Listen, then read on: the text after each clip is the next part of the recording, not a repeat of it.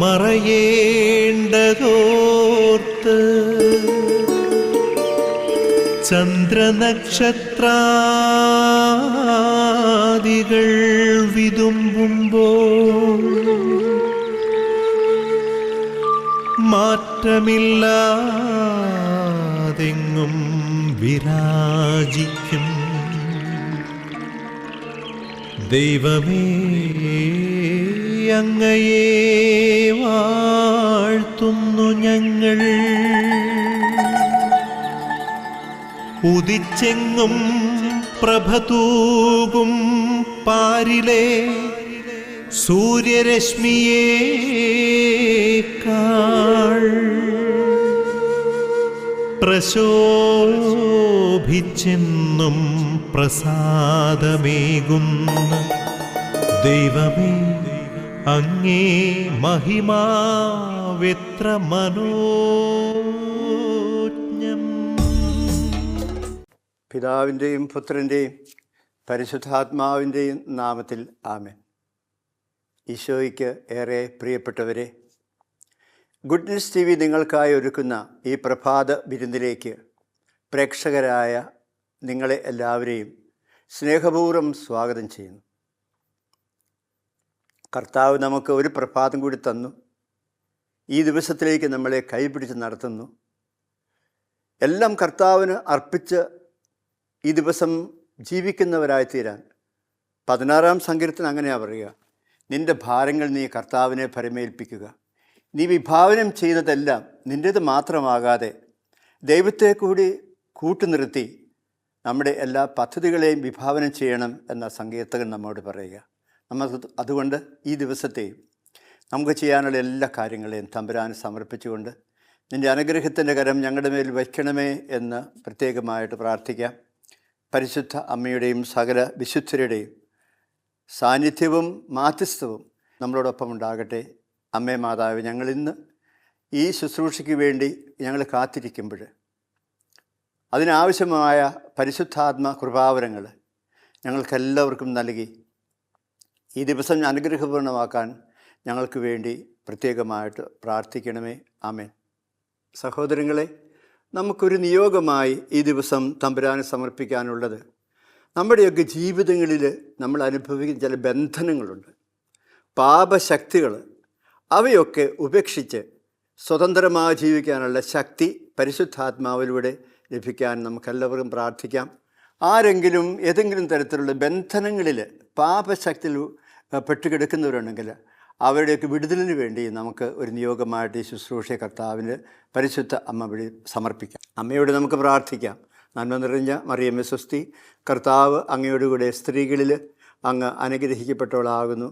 അങ്ങയുടെ ഉദരഫലമായ ഈശോ അനുഗ്രഹിക്കപ്പെട്ടവനാകുന്നു. പരിശുദ്ധ മറിയമേ ദൈവമാതാവേ, പാപികളായ ഞങ്ങൾക്ക് വേണ്ടി ഇപ്പോഴും എപ്പോഴും അങ്ങ് കർത്താവിനോട് പ്രാർത്ഥിക്കണമേ. ആമേൻ. പരിമളത്തിനുറവയാം നറുസൗരഭ്യമാകട്ടെ ഞങ്ങളുമീ മണ്ണിൽ.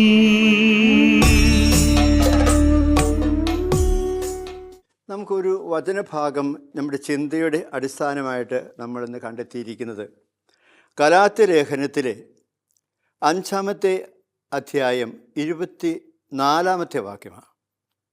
യേശുക്രിസ്തുവിനുള്ളവർ തങ്ങളുടെ ജഡത്തെ അതിൻ്റെ എല്ലാ വികാരങ്ങളോടും മോഹങ്ങളോടും കൂടെ ക്രൂശിച്ചിരിക്കുന്നു. നമ്മൾ ആത്മാവിലാണ് ജീവിക്കുന്നതെങ്കിൽ നമുക്ക് ആത്മാവിൽ വ്യാപരിക്കാം.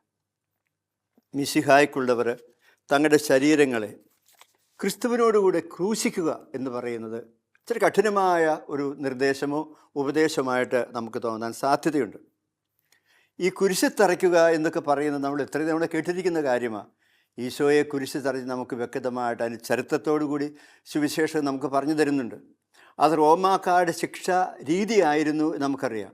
ആരെങ്കിലും തെറ്റ് ചെയ്താൽ, കുറ്റവാളിയായിട്ട് വിധിക്കപ്പെട്ടാൽ അവനെ കുരിശിൽ തറച്ച് പരസ്യമായിട്ട് കൊല്ലുക. ആ പശ്ചാത്തലത്തിലാണ് പൗലോസ് അപ്പോസ്തലൻ പറയുന്നത്, നമ്മളിലുള്ള തിന്മയുടെ മനുഷ്യനെ, പാപത്തിൻ്റെ മനുഷ്യനെ കുരിശ് തറയ്ക്കാൻ, അതിലൂടെ നമ്മൾ ക്രിസ്തുവിനോട് ഒന്നു ചേരുന്നു എന്നൊക്കെ അദ്ദേഹം പറയുകയാണ്. ആണികൾ കൊണ്ട് തറയ്ക്കണമെന്നാണ് പറയുക. അല്ലേ, അങ്ങനെ ആയിരുന്നു അവർ ചെയ്തിരുന്നത്. യേശോയെ അങ്ങനെ ആണികൊണ്ടാണ് തറച്ചത് കുരിശിൽ. അപ്പോൾ അങ്ങനെയുള്ള ഒരു പശ്ചാത്തലം ഇതിൻ്റെ പുറകിലുള്ളപ്പോൾ ഒരു നോവലുണ്ട് കേട്ടോ, നിങ്ങൾ വായിച്ചിട്ടുണ്ടോ എന്ന് എനിക്ക് അറിഞ്ഞുകൂടാ. അതായത് മലയാളത്തിലെ ഒരു പ്രശസ്ത നോവലിസ്റ്റാണ് ആനന്ദ് എന്ന് പറയുന്നൊരു ഒരു വലിയ പണ്ഡിതനും കൂടിയാണ്, വെറും നോവലിസ്റ്റ് മാത്രമല്ല. അദ്ദേഹത്തിൻ്റെ അൺടച്ചബിൾ എന്ന് പറഞ്ഞ ഒരു ഇംഗ്ലീഷിലൊരു നോവലുണ്ട്.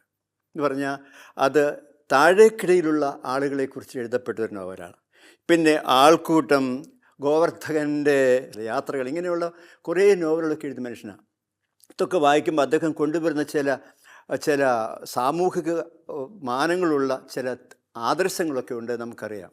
അപ്പോൾ അദ്ദേഹത്തിൻ്റെ ഒരു നോവൽ ഇങ്ങനെയുണ്ട്, അതായത് 4-ാമത്തെ ആണി എന്ന് പറഞ്ഞു. അതൊരു ചെറിയ നോവലാണ്, ഒരുപാട് എനിക്ക് തോന്നുന്നു ഒരു മാതൃഭൂമിയിലൊക്കെ വന്നതാണ് കുറേ കാലം മുമ്പ്. അപ്പോൾ അതിനകത്തൊക്കെ നല്ല ക്രിസ്തീയമായ വീക്ഷണങ്ങൾ കിടപ്പുണ്ട് എന്ന് നമ്മൾ അറിയുമ്പോഴാണ് ഇതൊക്കെ നമുക്ക് വിലപ്പെട്ടതായിട്ട് മാറുക. നമ്മളെക്കാളേറെ മറ്റുള്ള ആളുകൾ, ക്രിസ്തുവിനെ കണ്ടറിഞ്ഞവർ, പരിശുദ്ധാത്മാവിൻ്റെ ടച്ച് അല്ലെങ്കിൽ സ്പർശനം ലഭിച്ച വ്യക്തികളൊക്കെ ഇങ്ങനെയുള്ളതൊക്കെ എഴുതി വച്ചിരിക്കുന്നത് നമ്മളെയൊക്കെ അത്ഭുതപ്പെടുത്തുന്ന കാര്യമാണ്, നമ്മൾ ഓർക്കുകയാണ്. അതിൽ അദ്ദേഹം പറയുന്ന ഒരു കാര്യം ഇതാണ്, 4-ാമത്തെ ആണി എന്നും പറഞ്ഞൊരു കാര്യമാണ് പറയുക.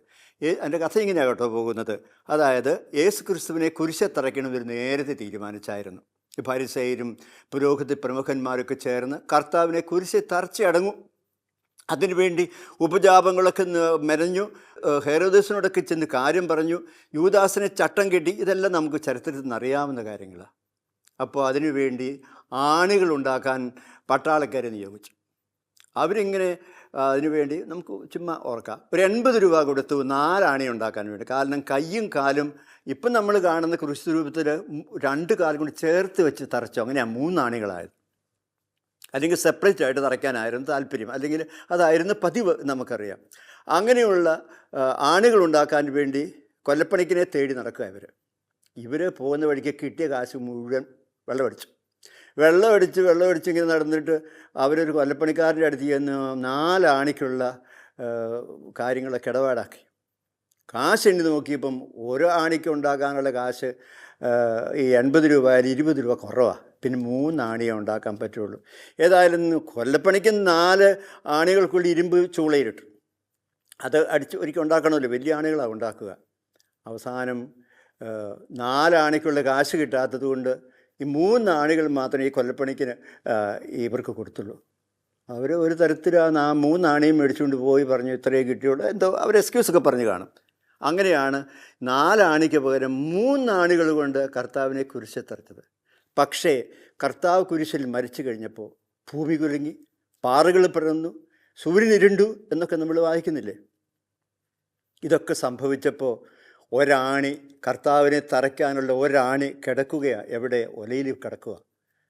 ആ ആണിയിൽ നിന്നൊരു പ്രകാശം ഇങ്ങനെ മുകളിലേക്ക് ഉയരുകയാണ്. അപ്പോൾ ഈ കൊല്ലപ്പണിക്കനാകപ്പാടെ അത്ഭുതപ്പെട്ടു. ഇദ്ദേഹത്തിൻ്റെ വ്യാഖ്യാനത്തിൽ ഓടി കാൽവരി വരെ എത്തി. എന്നിട്ട് ഈ കൊല്ലപ്പണിക്കനാണ് വിളിച്ചു പറയുന്നത് ഇവൻ സത്യമായും നീതിമാനായിരുന്നു എന്ന്. അതാണ് ഈ 4-ാമത്തെ ആണിയുടെ കഥ. അതാ പൗലോസ് നമ്മോട് പറയുക, നിങ്ങൾ നിങ്ങളുടെ ശരീരത്തെ കുരിശിൽ തറയ്ക്കണം.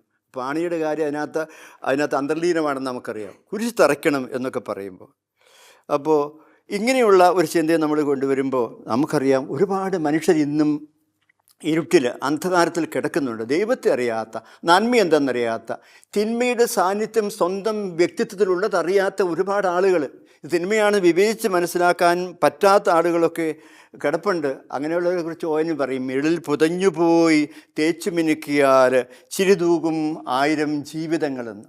തേച്ചു മിനുക്കിയാൽ ചിരിതൂകുന്ന 1000 ജീവിതങ്ങൾ കിടപ്പുണ്ട്. അവരൊക്കെ ക്രിസ്തുവിൻ്റെ വെളിച്ചത്താൽ പ്രകാശിപ്പിക്കപ്പെടണം. അതിനുവേണ്ടി കുരിശത്തറയ്ക്കണമെന്നാണ് പറയുക നമ്മുടെ ജീവിതങ്ങൾ. അപ്പോൾ ഇവിടെ നമ്മൾ കാണുന്നത് ഈ പാപത്തെ കുരിശത്തറയ്ക്കാനാണ് പറയുക. നമ്മുടെ വ്യക്തിത്വത്തിൻ്റെ ഭാഗമായി, നമ്മുടെ സ്വഭാവത്തിൻ്റെ ഭാഗമായി നമ്മൾ സൂക്ഷിക്കുന്ന കുറേ തിന്മകളൊക്കെ, നമ്മളത് റോമാലേഖനം എടുക്കുമ്പോൾ പ്രത്യേകം മനസ്സിലാക്കുന്ന ഒരു കാര്യമാണ്.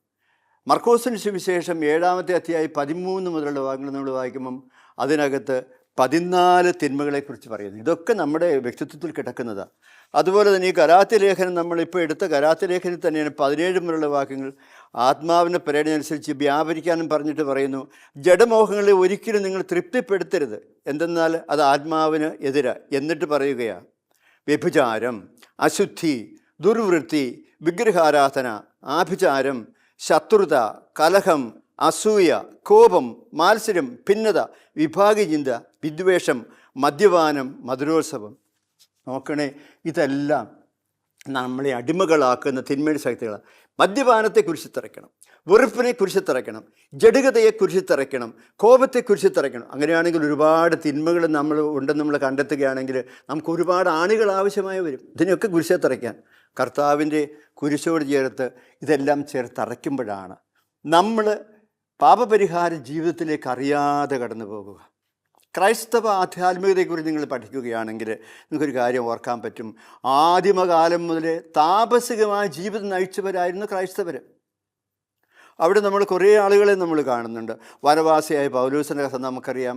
പിന്നെ നമുക്ക് ഏറ്റവും നമ്മുടെ മുമ്പിൽ എപ്പോഴും നിൽക്കുന്നത് ഈ ഫ്രാൻസിസ് അസീസി പോലുള്ള താപസിക ജീവിതം നയിച്ചിരുന്ന ആളുകളാണ്. എന്തുമാത്രം ത്യാഗങ്ങൾ, സ്ഥാനങ്ങൾ, ഈ ശരീരത്തെ, അതിൻ്റെ ദുർവാസനകളെ ഒക്കെ ഇല്ലാതാക്കാൻ വേണ്ടി എന്തുമാത്രം ത്യാഗം അവരൊക്കെ അനുഭവിച്ചു എന്ന് നമ്മൾ തിരിച്ചറിയുക. അതൊരു പാപപരിഹാര താപസിക ജീവിതത്തിൻ്റെയൊക്കെ ഉദാഹരണങ്ങൾ നമുക്കറിയാം. അങ്ങനെ ആദിമസഭ വിട്ട് നമ്മൾ ഇങ്ങോട്ടും പോരാ. നമ്മുടെ പ്രാർത്ഥനകളൊക്കെ എത്ര നല്ലതാണ്. നോമ്പ് കാലത്തെ നമ്മുടെ പ്രാർത്ഥനയും നമ്മൾ പ്രാർത്ഥിക്കും, ഞങ്ങളുടെ ശരീരത്തെ അതിൻ്റെ ദുർവാസനകളോട് കുരിശിത്തറയ്ക്കാൻ ഞങ്ങളെ സഹായിക്കണമേ എന്ന്. ഈ പശ്ചാത്തലത്തിലാണ് നോമ്പുകാല പ്രാർത്ഥന ഈ സീറോ മലബാർ കുർബാനയിൽ ഉള്ളത് എന്ന് നമ്മൾ തിരിച്ചറിയുക. അതുപോലെ തന്നെ സീറോ മലബാർ കുർബാന ഉപവാസത്താലും പ്രാർത്ഥനയാലും പാപത്തെക്കുറിച്ചുള്ള പശ്ചാത്താപത്താലും മിശിഹായെയും അവിടുത്തെ പിതാവിനെയും പരിശുദ്ധാത്മാവിനെ നമുക്ക് പ്രസാദിപ്പിക്കാമെന്ന് എന്നും നമ്മൾ ചൊല്ലുന്നതാണ്. നമ്മൾ എല്ലാവരും ഈ പ്രാർത്ഥന കൊണ്ടുപോകുന്ന ഇത് പാപപരിഹാര ജീവിതത്തിലേക്ക്, താപസികമായ ഒരു ആധ്യാത്മികതയിലേക്കൊക്കെ നമ്മളെ ഇതൊക്കെ കൊണ്ടുപോകുന്നുണ്ട്. പക്ഷേ നമ്മൾ അത്രയധികം അതിലേക്ക് പോകുന്നില്ല. നമ്മൾ തൽക്കാലമൊക്കെ നമ്മുടെ ചെറിയ നോമ്പ് ഉപവാസം കൊണ്ടൊക്കെ അങ്ങ് രക്ഷപ്പെട്ടു പോകാൻ ശ്രമിക്കുന്നില്ല. അല്ല, നമ്മുടെ പാപത്തിൻ്റെ കാഠിന്യവും നമുക്കുണ്ടായ തകർച്ചകളും ഒക്കെ കണക്കിലെടുത്തുകൊണ്ട് ശരീരം എന്ന് പറയുന്നത് നമ്മുടെ വ്യക്തിത്വത്തെയാണ്. ശരീരം എന്ന് പറയുന്നത് നമ്മുടെ വ്യക്തിത്വമാണ്. അതിനെയാണ് നമ്മൾ ത്യാഗങ്ങളിലൂടെ, സഹനങ്ങളിലൂടെ, പ്രായശ്ചിത്ത പ്രവൃത്തികളിലൂടെ ഒക്കെ നമ്മൾ കുരിശിത്തറയ്ക്കുക. ഇത് കുരിശിത്തറയ്ക്കല. ഒരു ത്യാഗം എനിക്ക് അനുഷ്ഠിക്കാൻ കഴിഞ്ഞു എന്ന് വിചാരിക്കുക. ആ ത്യാഗം ഞാൻ അനുഷ്ഠിക്കുമ്പോൾ ശരിക്കും എൻ്റെ സ്വഭാവത്തെ ഞാൻ കുരിശിത്തറയ്ക്കുകയാണ് ചെയ്യുന്നത്. നമുക്കറിയാം നമ്മളെന്ത് ചെയ്യും, ഈ തിന്മകളെയൊക്കെ നമ്മൾ സാധൂകരിക്കും. എന്നിട്ട് പറയും, നമ്മൾ മോറലൈസ് ചെയ്യും. ആരാ പാപം ചെയ്യാത്തത്? മോറലൈസ് ചെയ്യുക. അതുപോലെ തന്നെ നമ്മൾ മിനിമൈസ് ചെയ്യും. ഇതൊക്കെ ഒരു വലിയ പാപമാണോ? അല്ലെങ്കിൽ നമ്മൾ റാഷണലൈസ് ചെയ്യും. 3 തരം ഐസുകളാണ്. അപ്പം നമ്മളിവിടെ കാണും മോറലൈസ് ചെയ്യുക, മിനിമൈസ് ചെയ്യുക, റാഷണലൈസ് ചെയ്യുക. ഇതെല്ലാം ഐസ് ചേർക്കുക, ചൂടുള്ള വെള്ളത്തെ തണുപ്പിക്കുന്നത് പോലെ. നമ്മൾ വരുന്നതിനെയും തെറ്റല്ലാതാക്കി മാറ്റുന്ന വലിയൊരു പ്രവണതയെ നമ്മൾ തന്നെ പ്രോത്സാഹിപ്പിക്കുകയാണ്. നമ്മൾ അറിയുമ്പോൾ നമുക്ക് നോമ്പ് കാലമുണ്ട്, നമുക്ക് വെള്ളിയാഴ്ചകളുണ്ട്, നമുക്ക് താപസികമായ ജീവിതത്തിൽ ഒരുപാട് പാഠങ്ങൾ നമ്മുടെ വിശുദ്ധരിലൂടെ നമുക്ക് ലഭിച്ചിട്ടുണ്ട്. വലിയ ഞെരുക്കത്തിൽ നിന്ന് വന്നവരാണ് അവർ എന്ന അഭിശുദ്ധരേക്ക് നിർവചനം വെളിപാടിൻ്റെ പുസ്തകം 7:13 പറയുക. വലിയ ഞെരുക്കത്തിൽ നിന്ന് വന്നവരാണ്. അപ്പം നമുക്ക് പ്രിയപ്പെട്ടവരെ, നമ്മുടെ ഒക്കെ വ്യക്തിപരമായ ജീവിതത്തിലേക്ക് ഈ ഒരു ചിന്തയെ കൊണ്ടുവന്നാൽ നമ്മളെല്ലാം സുഖം വേണം, എല്ലാ സൗകര്യങ്ങളും വേണം, എല്ലാം ആസ്വദിക്കാൻ നമുക്ക് കഴിയണമെന്ന് ശഠിക്കാതെ അറിഞ്ഞുകൊണ്ട് ത്യാഗങ്ങളും സഹനങ്ങളും പ്രായശ്ചിത്ത പ്രവൃത്തി ഏറ്റെടുക്കുന്ന ഒരു താപസികതയുടെ ആധ്യാത്മികത നമുക്ക് ജീവിക്കാനുണ്ട് എന്ന് നമ്മൾ തിരിച്ചറിയുക. അത് നമ്മുടെ ക്രൈസ്തവ ജീവിതത്തിൻ്റെ പൂർണ്ണതയായിരിക്കും എന്ന് നമുക്ക് ഓർമ്മിക്കാം. പിതാവേ, സ്നേഹാഗ്നിയാൽ ജ്വലിക്കട്ടെ മക്കളാ ഞങ്ങളെല്ലാം.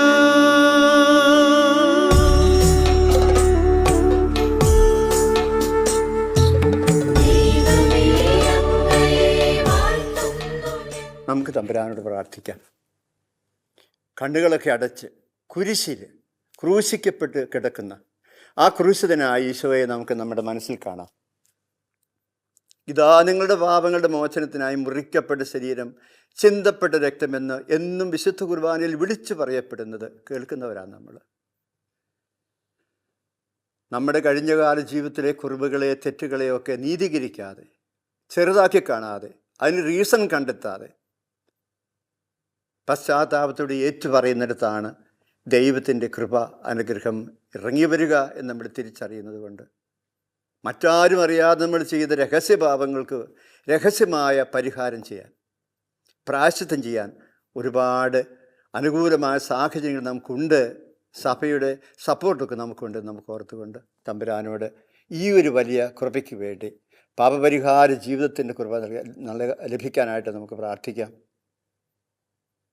ക്രൂശിതനായ നല്ല തമ്പുരാനെ, നീ ഞങ്ങളുടെ പാപങ്ങൾ ഏറ്റെടുത്ത് ഞങ്ങൾക്ക് വേണ്ടി ത്യാഗവും സഹനവും ഏറ്റെടുത്ത് രക്തം ചിന്തി ജീവിതം ബലിയാക്കി അർപ്പിച്ചുകൊണ്ട് ഇന്നും മുറിക്കപ്പെട്ട അപ്പമായും ചിന്തപ്പെട്ട രക്തമായും മാറിക്കൊണ്ട് ഞങ്ങളുടെ മധ്യേ ഉണ്ട് എന്ന് ഞങ്ങൾ ഓർക്കുമ്പോൾ നിൻ്റെ സഹനങ്ങളെ, നിൻ്റെ ത്യാഗങ്ങളെ, നിൻ്റെ കഷ്ടപ്പാടുകളെ, കണ്ണുനീരിനെയെല്ലാം സ്വന്തമായി ഞങ്ങൾ ഏറ്റെടുക്കുമ്പോഴാണ് കുരിശെടുത്ത് നിൻ്റെ പിന്നാലെ വരുന്ന ഒരു വിളിയുടെ ജീവിതം ഞങ്ങൾക്കുണ്ടാകുക എന്ന് ഞങ്ങൾ അറിയുന്നു. ഞങ്ങളുടെ പാപങ്ങളും തെറ്റുകളും കണ്ടെത്താനും അവയ്ക്ക് പരിഹാരം ചെയ്യാനും ഞങ്ങളെ സഹായിക്കണമേ. ഞങ്ങളുടെ തെറ്റുകൾ ഞങ്ങളോട് പൊറുക്കുകയും ചെയ്യണമേ. നിൻ്റെ കുരിശിൻ്റെ ചുവട്ടിൽ നിന്ന പരിശുദ്ധ അമ്മയുടെ കരങ്ങളിലൂടെ ഈ പ്രാർത്ഥനകളെ ഞങ്ങൾ പ്രത്യേകമായി നിനക്ക് സമർപ്പിക്കുന്നു. സഹോദരങ്ങളെ, നമുക്ക് നമ്മുടെ ഈ പ്രാർത്ഥനകളെയല്ല, നമ്മുടെ മനസ്സിൽ വീഴുന്ന നല്ല യാചനകളെ, നല്ല ആഗ്രഹങ്ങളെ പരിശുദ്ധ അമ്മയുടെ കരങ്ങളിലൂടെ എല്ലാ വിശുദ്ധരുടെയും ജീവിതം ഓർത്തുകൊണ്ട് അവരുടെ മധ്യസ്ഥതയിലൂടെ നമ്മുടെ കാവൽ മാലാഖയുടെ, അതുപോലെ തന്നെ എല്ലാ മാലാഖമാരുടെയും മധ്യസ്ഥതയിലൂടെ നമ്മുടെ ഇടവക മധ്യസ്ഥൻ്റെ പ്രത്യേക പ്രാർത്ഥനയിലൂടെ നമുക്ക് കർത്താവിന് സമർപ്പിക്കാം. എല്ലാവരെയും നമുക്ക് ഓർക്കാം. പാപത്തിലും തിന്മയിലും ജീവിക്കുന്നവർ, ഭൂതാശകളുമൊക്കെ ഉപേക്ഷിച്ച് നടക്കുന്നവർ, വിശുദ്ധവരിയിൽ നിന്ന് കകന്നു കഴിയുന്നവർ, എല്ലാ മക്കളെയും കർത്താവിന് സമർപ്പിച്ച് അങ്ങയുടെ അനുഗ്രഹത്തിൻ്റെ കരം ഞങ്ങളുടെ കുടുംബങ്ങളിലും ഞങ്ങളുടെ കുടുംബത്തിലെ എല്ലാ വ്യക്തികളിലും ഞങ്ങളുടെ സമൂഹത്തിലും നിറയാൻ ഞങ്ങൾ പ്രത്യേകമായിട്ട് ഈ സമയം ഈ മധ്യസ്ഥയിലൂടെ പ്രാർത്ഥിക്കുന്നു. ഞങ്ങളുടെ പ്രാർത്ഥനയുടെ കനിവോടെ കേട്ടറിയണമെന്ന് അപേക്ഷിക്കുന്നു. ആമേൻ.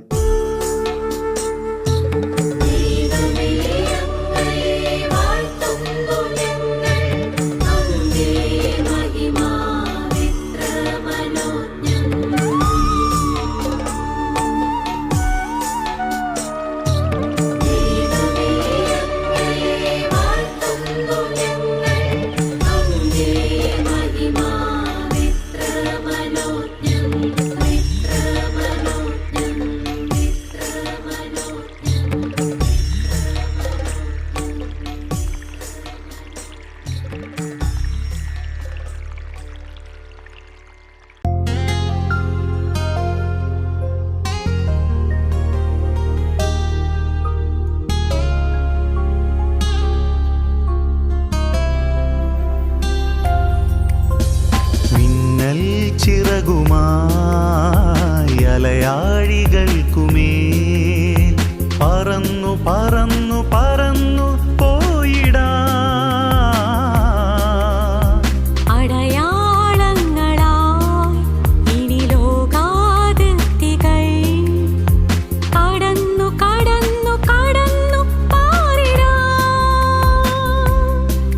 തിരുവചനത്തിൻ സാക്ഷികളാകാൻ ഉണർന്നെണീറ്റിടാം. ആത്മാവിൻ നവശക്തി ധരിക്കാൻ വചനം ധ്യാനിക്കാം. വചനത്തീ മഴ പെയ്യട്ടെ, ആത്മാവിൻ കനലെരിയട്ടെ. ആളിക്കത്തി തീക്കാറ്റായി ഒരു പുതുയുഗമായി മാറട്ടെ. ഒരു യുഗം ഇത് പുതുയുഗം, ഒരു യുഗം പുതുയുഗം, ഒരു യുഗം ഇത് പുതുയുഗം, ഒരു യുഗം പുതുയുഗം. മിന്നൽ ചിറകുമായി അലയാഴികൾക്കുമേൽ പറന്നു പറന്നു പറന്നു പോയിടാ.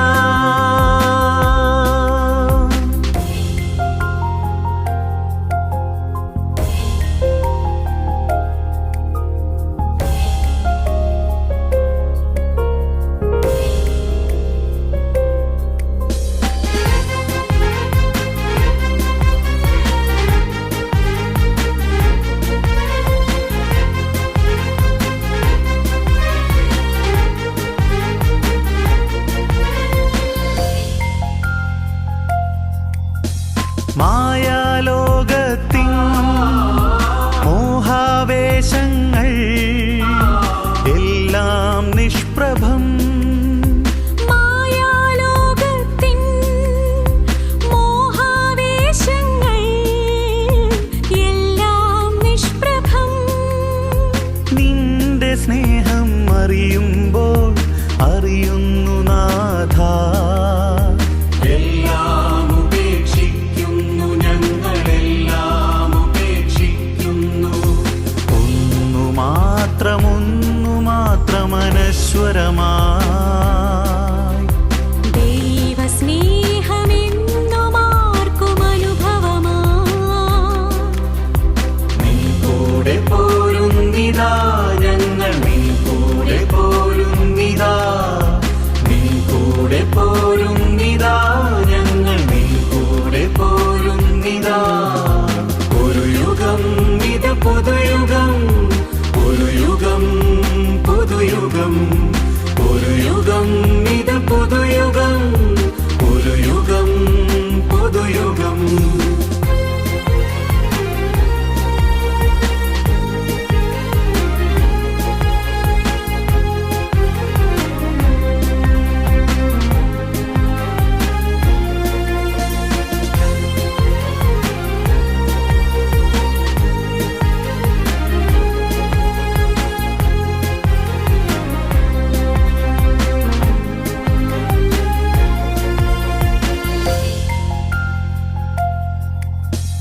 അങ്ങേ സ്നേഹത്തിൻ ആഴം തേടുകിൽ എന്തോരത്ഭുതം.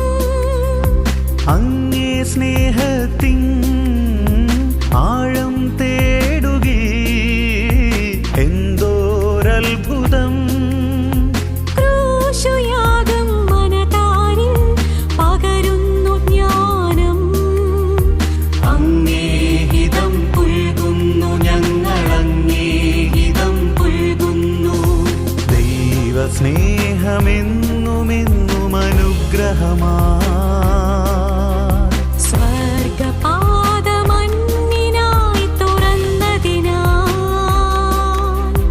നിൻ കൂടെ പോരുന്നിതാ ഞങ്ങൾ, നിൻ കൂടെ പോരുന്നിതാ, നിൻ കൂടെ പോരുന്നിതാ ഞങ്ങൾ, നിൻ കൂടെ പോരുന്നിതാ.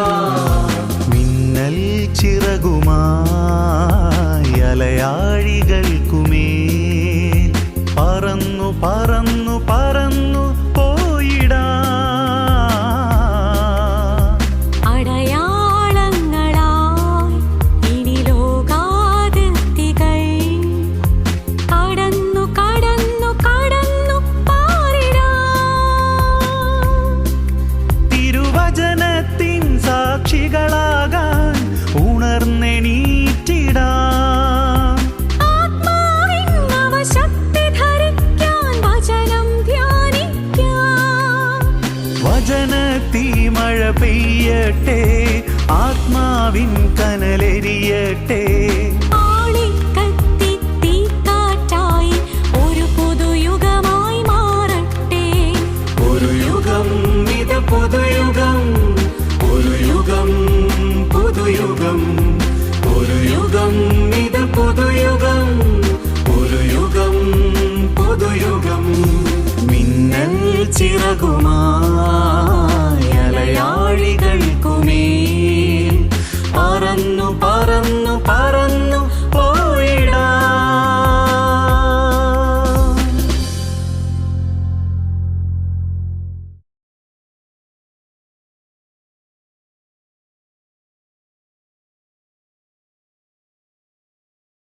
നമുക്ക് നമ്മുടെ പ്രാർത്ഥനകളെ പരിശുദ്ധ കത്തോലിക്ക സഭയുടെ എല്ലാ യോഗ്യതകളോടും, സഭയിലെ എല്ലാ വിശുദ്ധരോടും, പ്രത്യേകമായ സഭയെ നയിക്കുന്ന പരിശുദ്ധ മാർപ്പാപ്പായോടും, മെത്രാൻ സംഘത്തോടും, വൈദികരോടും, സന്യസ്തരോടും, ആത്മായ പ്രേക്ഷിതരോടും ചേർന്ന് സമർപ്പിച്ചുകൊണ്ട് മരിയ കൂടാരങ്ങളിൽ വസിക്കുന്ന, പ്രാർത്ഥിക്കുന്ന ഈ ശുശ്രൂഷയുടെ മധ്യസ്ഥയായ പരിശുദ്ധ അമ്മയോട് ചേർത്ത് വെച്ചുകൊണ്ട് അമ്മയുടെ കരങ്ങളിലൂടെ നമ്മുടെ എല്ലാ യാതനകളും കർത്താവിന് സമർപ്പിച്ചുകൊണ്ട് എല്ലാവർക്കും വേണ്ടി പ്രാർത്ഥിക്കാം.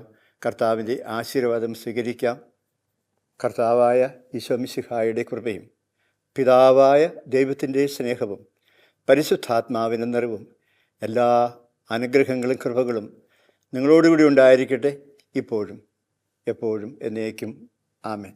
പ്രിയപ്പെട്ടവരെ, ഈ ശുശ്രൂഷ നിങ്ങൾക്കായി ഒരുക്കിയ ഗുഡ്നസ് ടിവിയെയും ഡിവൈൻ റിട്രീറ്റ് സെൻറ്ററിനെയും പ്രത്യേകമായി നമുക്ക് നമ്മുടെ ഓർമ്മയിൽ സൂക്ഷിക്കാം, പ്രാർത്ഥിക്കാം. എല്ലാവർക്കും വേണ്ടി നിങ്ങൾക്ക് ഒരു നല്ല ദിവസം ആശംസിക്കുന്നു. ആമേൻ.